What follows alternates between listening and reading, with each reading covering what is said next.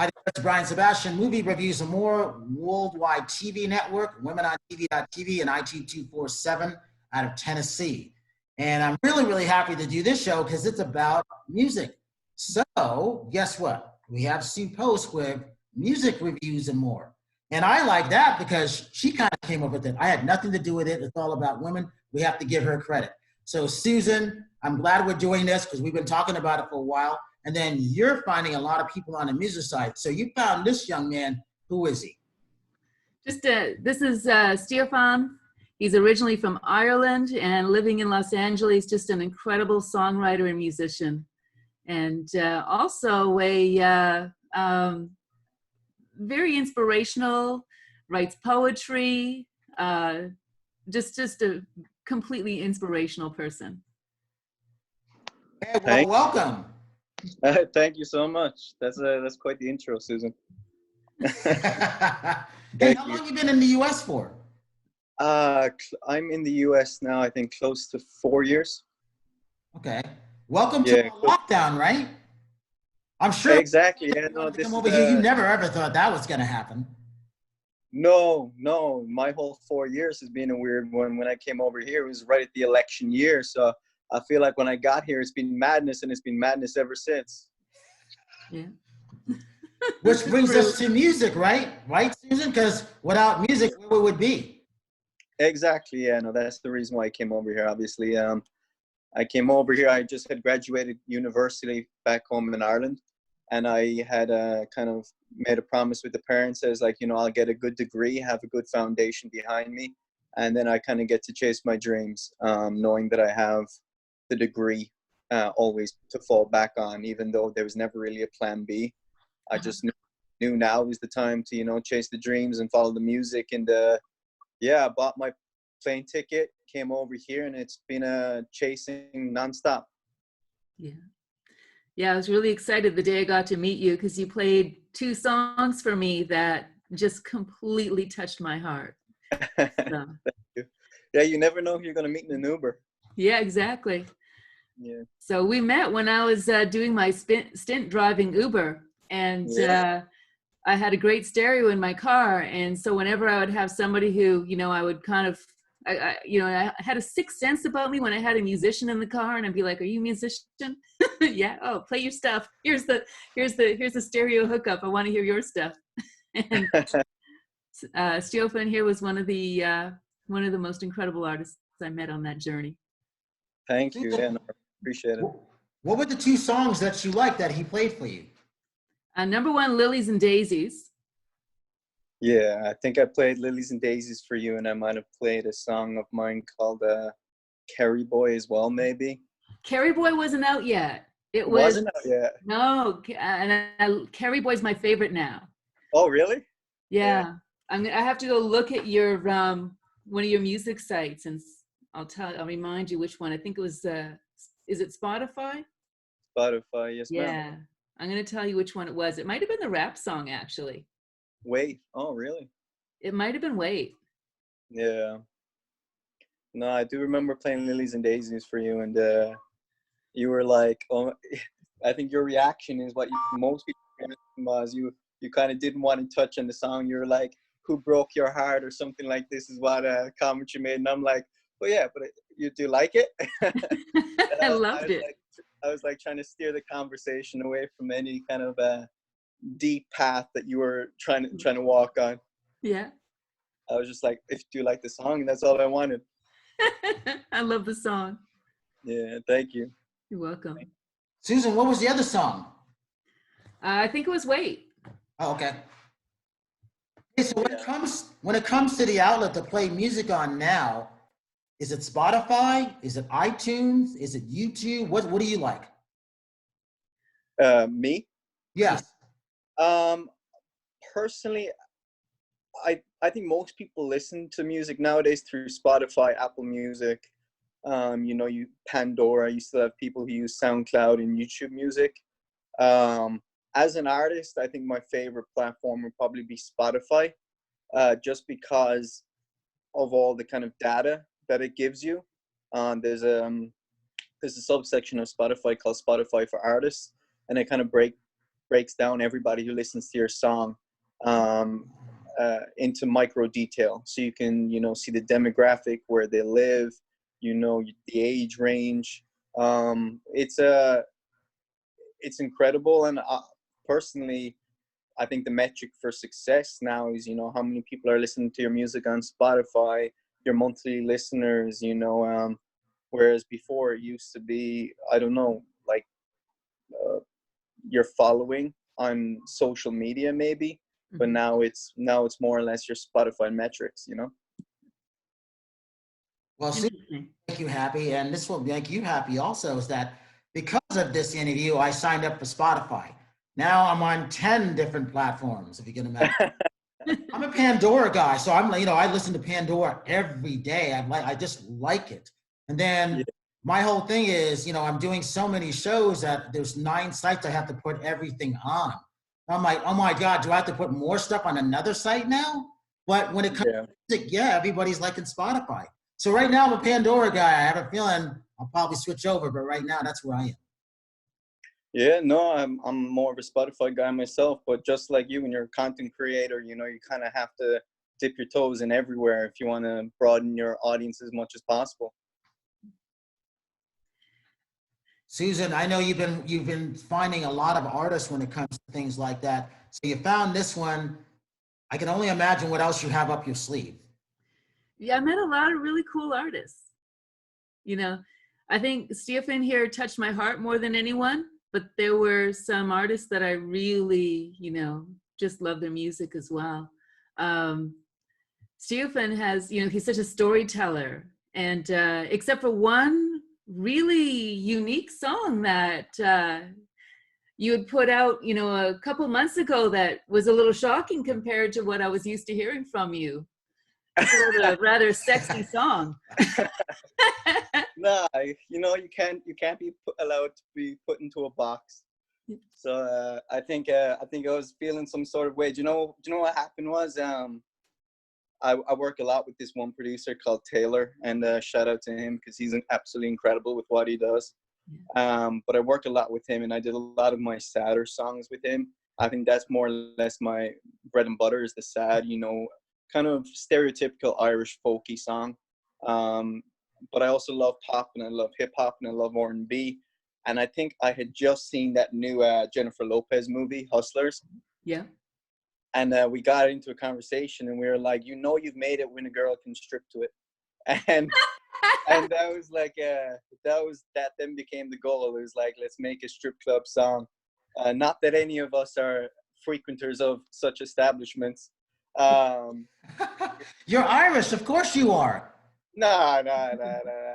Can't be doing that, you know. How did your family respond to that song?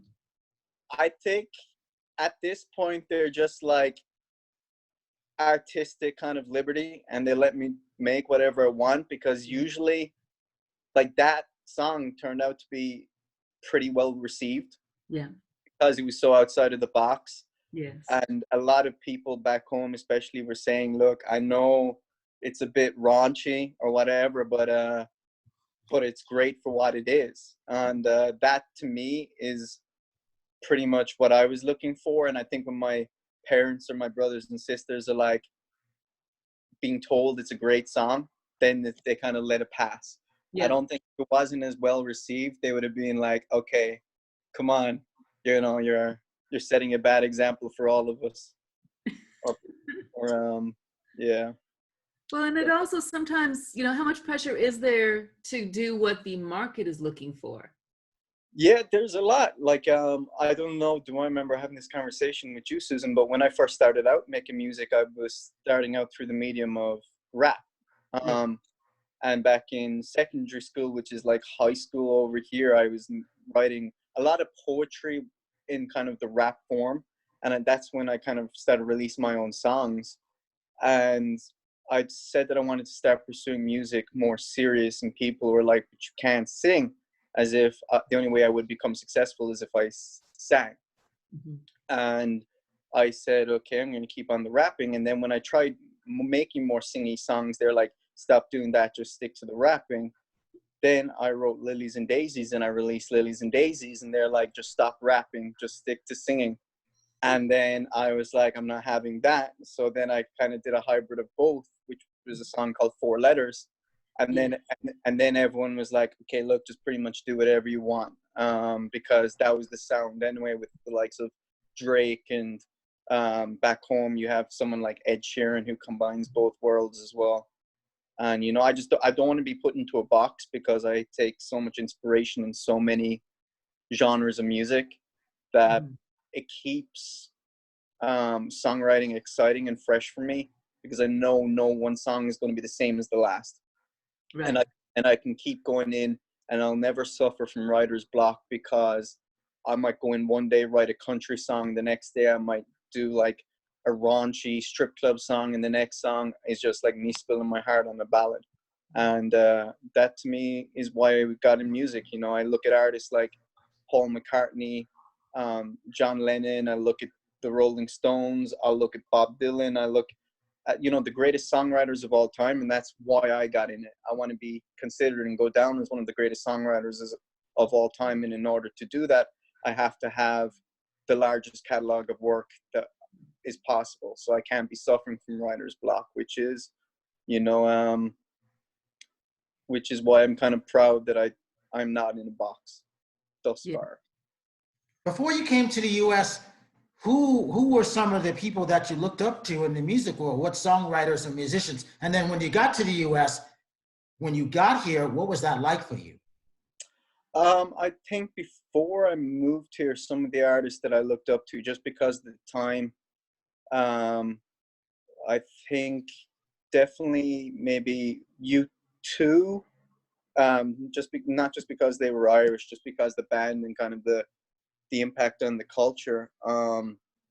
Likes of Jay-Z, Eminem, Maroon 5. Nelly was big at the time when I was growing up. I remember he was like the biggest hip hop artist at one point, but he had like bridged the pop divide. Who else? Usher, obviously, in that type of sound. Then my father kind of handed me over a few CDs of Marvin Gaye and Otis Redding, and that was kind of that for me for a few months. I was just delving into that, falling in love with the artists like those, Luther Vandross, Selena, such a wide array, to be honest. And when I came over here, I was finding artists like Kehlani, I was finding artists like later years, JP Sachs. I was finding artists like, obviously, I dived more into Ed Sheeran, One Republic, Ryan Tedder, who's a big songwriter influence of mine. Macklemore, Pharrell, Justin Timberlake, will.i.am. Like, there's so many different artists that I take inspiration from. And I think nowadays more than ever, because everything's just a click of a button away, you can kind of morph yourself into the accumulation of the best qualities of each one of them. And if you don't do it, it's kind of a what should I say, unrespectful of yourself. If you want to be the greatest artist that you possibly can be in of the world, of your generation, you should take the best of everybody that's available. And nowadays, as I said, it's just a click of a button away to find out what works for everybody, and then apply it to yourself. And as I said, just try and become the accumulation of everybody. If you get a chance, you should watch The History of Country Music by Ken Burns on PBS. And then the other question, thing is, have you been to Tennessee yet? Have you been to Nashville yet? No, I would love to go. Love to. So this is what I'll do. I might be going in October, depends how everything is. So it'll be Southern Women in Film and Television. So what I'll do is I'll let Susan know, and then she'll contact you, because depending on how many people I can bring, I haven't been there, so why not, I would absolutely love that, man. Honestly, I would honestly love that. I keep getting told that, Nashville would be perfect for me. But then again, it's one of those things I don't want to go and then become so immersed in that I'm in one box again. I kind of, I think the reason why I took to LA so much was that everybody comes to LA, so you get the kind of taste of everywhere around the world. And that's why I was kind of feeling perfect where I am right now currently in music, because I'm working with people that are working with country artists, but they're also working with pop artists, and I get to experience the best of all worlds pretty much. Well, Susan, what he mentioned, which I got a kick out of is you're talking about folksy, and Ireland, the history of country music. A lot of it came out of the hills. So soul, R&B. You mentioned sitting on the top of the bay. Yeah. All that stuff. It's all mixed in. They really divide. When the Irish came over and they settled in Tennessee, so as you know, they brought a lot of the folksy folklore with them, and they ended up in the hills. So that's how a lot of that came about. So the first guy who saw or ever heard some of the folksy stuff out of the hillbillies, which was really interesting, he started making recordings of that. So what you were just saying, reminding me of that.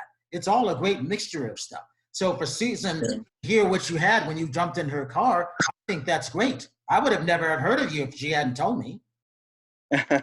Thank you, but that's what we need. We need people like Susan and like yourself that can hopefully take a chance and are willing to listen to, the music or a song of somebody who has no establishment behind them or no name value as of yet.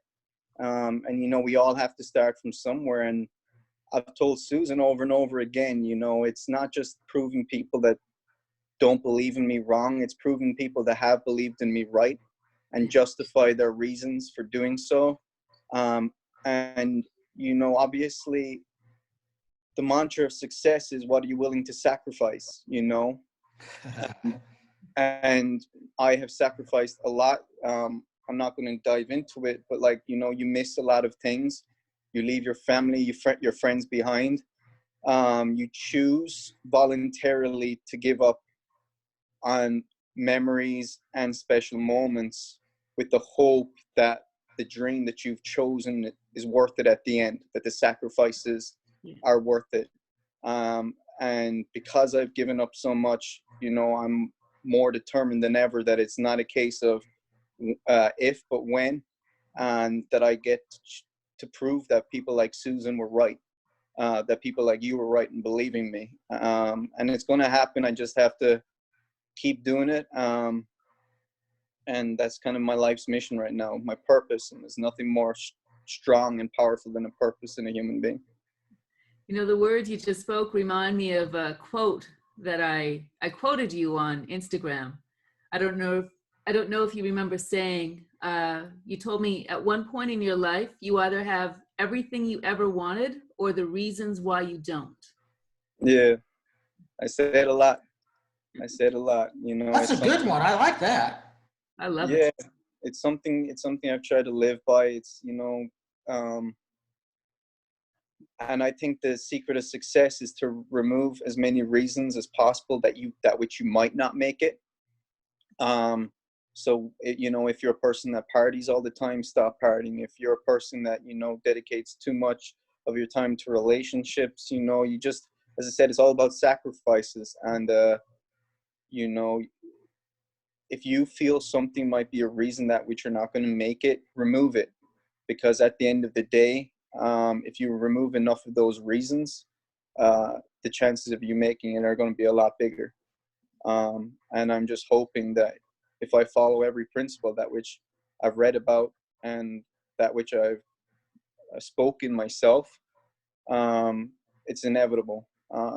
You just have to believe it, and hopefully I'm not crazy for believing it. You're definitely not crazy for believing it. Thank you. You're welcome. So now that you're quarantined, what have you been writing?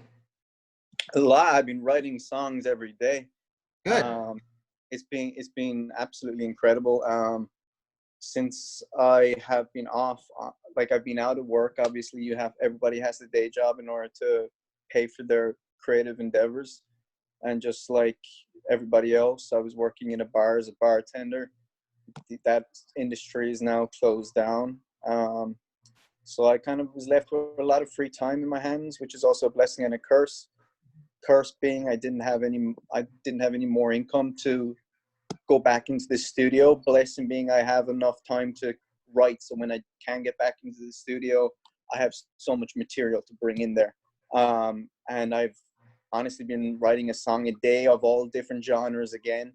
You know, there's so much I want to say in life that thankfully, as I said, I'm not a person that's suffered from writer's block thus far. And I'm hoping that continues. It's just, there's a lot of things, as I said, I want to say, and there's a lot of things I want to prove and a lot of things that I want to do. And it's just, you know, got to keep climbing. And obviously the hardest thing right now is getting your music out there. You know, I could have all the belief in myself in the world, but unless you can get others to believe in you too, unfortunately, it's not the industry of like a sports star where your talent just speaks for itself. A lot of talented artists go under the radar for their entire life, you know, so it's the hardest thing is proving, getting my music in front of people and getting them to listen. And I'm still learning about that. Susan, when he got out of the car, what was running through your mind? Because I know you were thinking of what you were going to do with him. No, I was just really just thinking about the songs and just the experience that had been created. And, you know, it was, you know, the highlights of, you know, driving Uber, you know, when they cut the pay, you know, on, I'll never forget the date, you know, March 11th, 2018, or I guess it was 2019, March 11th, 2019, they slashed our pay by 25% at the same time as gas prices went up by, you know, 25%. So it was, all of a sudden I was driving 13 hours a day, 7 days a week. And the only thing that kept me sane was music. And so when I would get an artist like Stiofan in the car and I was able to just, you know, just get lost in some unreleased music, because I got to tell you, the radio plays those same 10 songs over and over again. And so when I had artists come into my car and play their own music for me, it was the best time I ever had. That's actually good, because I'm playing, you know, if I like my favorite song is Van Halen, Ain't Talking About Love. My favorite is Kiss, Let Me Go Rock and Roll, the live version. And then the third song is, believe it or not, is Hey Jude, the live version. And the reason I like them, because one gets me going, no matter what. I can be from, you know, if I'm having so many phone calls and I just want to watch a movie, because that's what I love to do. Sometimes I'm listening to music because I'm the only one in the house. So I'm like, I play my music loud and I'm like, I dance around. I would never have done this before. I'm having a great time. But I'm thinking about all those artists such as yourself who are creating and writing future music that hasn't been heard yet. I look forward to that. Those people writing books, those screenplays, those feature movies coming out, what Susan's ready to create. I think this stuff is really good. And on the flip side of it, I feel bad for a lot of those businesses that are going to go down, and for those people who might not make it. There's people who aren't going to be alive 4 weeks from now, and that saddens me. Yeah. You know, unfortunately, you know, you never know what's around the corner. You never know what's going to happen tomorrow, which has always been an impetus for people to create in today. You know, I have a mantra which I tattooed on my own wrist. It says, live to dream, create and love. Live to dream for tomorrow, creating today, and love always, you know. Live as if there's no tomorrow, but always create as if you're going to have an endless tomorrows, if that makes any sense, you know. And you can't be living with one foot in the grave. Unfortunately, the sad thing about life is there's some of us that's not going to be able to live out our full potential and not be able to realize our dreams, but it's the action of inaction and not trying to live out to our full potential that unfortunately is the most tragic thing in life, you know. Susan, if I put him on the spot, what song would you want him to sing? Something that he created just in the last couple weeks. Something I created. So I have an Irish song that's coming out hopefully in the next couple of weeks. It's called Our Best Days, but the chorus is like, To warm your heart, I'd bring a bag of potatoes, singing songs you drink amongst the lines, and dancing up on tables to the morning come. Those were our best days on Irish land. So it's gonna be a pretty Okay, song. now I know why she likes you, because you got a unique voice. Your voice is special. Yeah. Thank you, man. Wow, that's I get what she thought now. Thank Can't you. That believe really they means once told him not to sing. a Hey, I look at it this way. There were so many people that I put in front of Simon Cowell, and I said, you better be prepared if he asks you to sing, because you only get one opportunity. And as you singers, you guys are the only ones that can do that. It's not like you can give your script to someone to read right there. No, the only time you could do it is a singer. Yeah. And you never know who's going to be watching, right? Exactly. Well, that's the hope, you know. I'm still waiting for my Brad Pitt and food chain mascot moment, where you know you're plucked from obscurity and you're just thrown into the limelight. Still waiting for that Hollywood moment, but you know, luck is a dividend of sweat. So my job is to just work as hard as I can and create as many of those lucky opportunities as possible. So Susan, talk about what you've been doing when you're finding people, because I could just see the wheels in your head turning now. What do you, I'm going to ask you to restate what you were kind of asking there. What do you got going on? Because I can see the wheels in your head turning. Well, I have so much whatever. going on. It's insane. But one of the things is, you know, in my, you know how it is with me, you know, I network constantly. And one of the, my day job right now is in medical legal, and I have a spine surgeon I'm working with who is involved in a business called Music Maven. And I'm waiting to see where that goes, but that's basically a site kind of like the IMDb of music is what it's intended to be. So I'm interested to see how that turns out and how that might be able to help artists like you. And I'm also, you know, during quarantine, I'm having a lot of fun because I got quarantined with a roommate who does two things I love. Number one, we both play volleyball, and number two, we both like music. And I'll never forget the day he moved in. I saw he had a guitar. I was like, oh, you're gonna be playing that a lot, I hope. And so we'll actually, and fortunately, you know, I'm not the world's greatest singer, but he would rather I sing with him than not, even if I don't sound good. So we, you know, we get these evenings in the house where, you know, we pull up the music, and I'm actually looking for a keyboard synthesizer right now because I used to play piano. And so I want to start, you know, some of the songs, guitar isn't enough, you know, we want to do these songs. And he's like, well, we can't do that one because I need more than just a guitar. So Oh, I might have two things for you when it comes to that, because I don't play that, but I have two companies.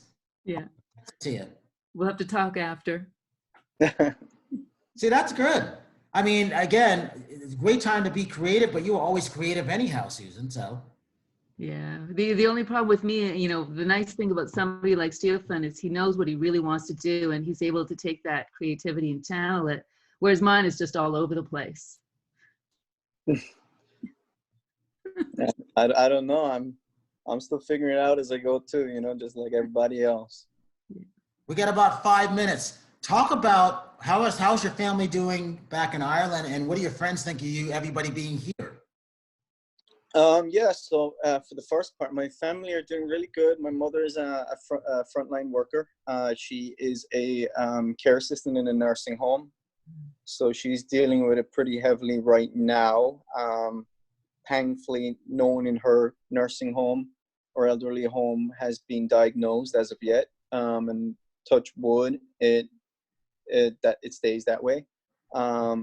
It's bad, obviously, with everything going on back home, just like it is everywhere else in the world. But thankfully, my family are okay. They're healthy, and you know they're happy. They have a lot of space at home, so they're doing good. In terms of their view of me, what I'm doing over here, and my friends' view of me, of what I'm doing over here, I think they're as supportive as, you know, you could imagine. They love me to bits. My friends want the best for me. Truly, everybody wants the best, you know. And if it wasn't for pursuing this dream, I don't think I would have realized just how much people are willing to go to bat for me in this life, and who your true friends and family are. Because, you know, sometimes, and I've said it, when I first started making music, I think the hardest people to get behind you are those that know you the best and the closest to you, because they don't want to see you get hurt, and they know how hard this life is. There was nobody that came before me, where I'm from in Ireland, that they could look up to and be like, okay, that's a feasible life for him to do. They knew it was going to be a lot of bumps and a lot of obstacles and a lot of hard days. But ironically, the hardest life I could have chosen, which is this one, has turned out to be the happiest one. And when you're happy, you exude happiness, and you make everybody else around you happy. And, you know, it's been honestly incredible. You know, everyone is supportive, everyone is loving, everyone wants to see me succeed.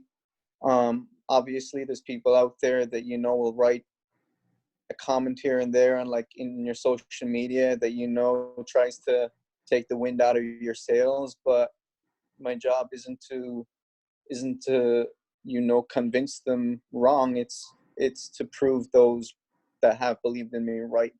And so that's what I'm focusing on. Yeah. Give you social media links for people who can reach out to you and follow you. Yeah, so on Instagram, I go by the artist Stiofan, the artist as the spelling insinuates, and then Stiofan, Stiofan. Snapchat, I'm at Stiofan Music. Twitter, I'm Stiofan Music. Facebook, the artist Stiofan also. And then on Spotify, I'm on Spotify, Apple Music, Pandora, Deezer, YouTube, SoundCloud, TikTok, pretty much every platform that music can exist on, I'm there. So Susan, you in volleyball, talk about that. And then for you, so those future artists can reach out to how to find you and follow you also. Well, you know, the smartest thing I did where volleyball is concerned, when I found out that the stay-at-home order was going to go beyond 2 weeks and we couldn't go to the beach, I invested in a backyard volleyball training system. And then, you know, with the, I refer to my roommate now as, instead of the house sitter, the house setter. He sets volleyballs every day. So, but yeah, I mean, volleyball's on hold. It's kind of frustrating. Yeah, but I like what you did to the backyard. I'm glad I got a chance to help clean it for you. That's right.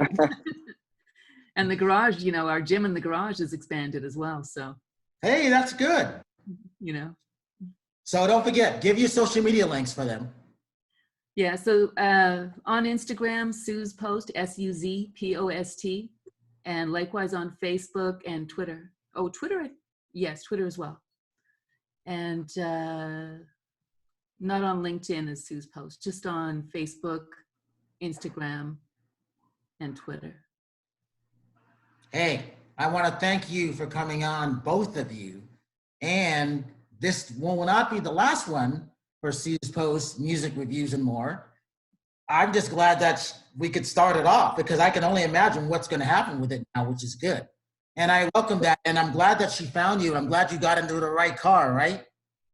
I'm delighted. As I said, you know, when you come over here, it's the hardest thing is meeting people, you know, who are willing to take a chance on you. And I was very, very blessed that Susan was willing to listen to my music and was invested in what I was doing, and brought me to this show and brought me to you. And I appreciate you so much, man.